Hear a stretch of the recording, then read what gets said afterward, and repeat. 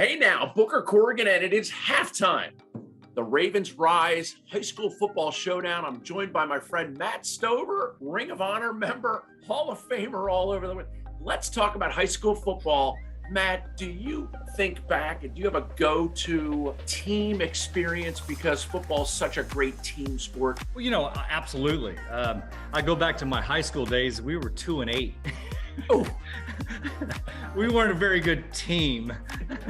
And we had 3 guys go to the NFL from that team. So, it goes to show you we had some talent, but we just didn't use it right, I think. I was a wide receiver, Booker. I was all Dallas Metro wide receiver. I was an athlete before I was a kicker. I want everybody to know that.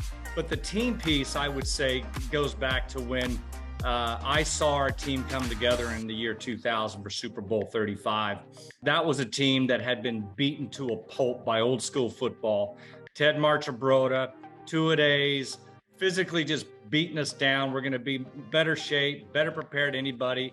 And we were just tired by the end of the season. We had no gas in the tank. And then Brian Billick came in. Shannon Sharp got onto the team. We had a team that had a lot of veterans, Rod Woodson, Tony Saragusa, myself, Trent Dilfer, guys that have been in the league, that we took ownership of that team as a player group. And the coaches did an excellent job of giving us the great environment and platform to succeed. And we had a coaching staff also that was willing to make the hard decisions during the course of the year. For instance, benching Tony Banks and putting Trent Dilfer in there because we just didn't need to turn the ball over anymore.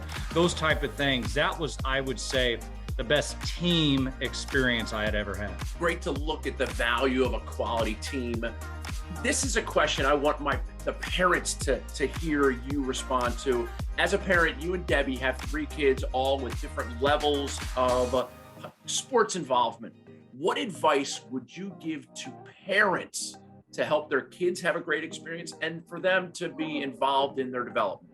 Well, first of all, I want to create a little credibility here. Not only was I a pro player, but I had 2 All-American lacrosse players. My son Jacob was an All-American goalie at Loyola University.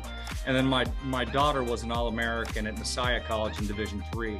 I now have my youngest playing for Texas A&M golf program, which is a top 5 golf program in the country, NCAA SEC golf. And I would say that helping them and supporting them is the most critical thing. They could not have done it on their own. There's no way. They needed my help. They needed guidance. There was nothing special I did other than breathe life into them after they mess up.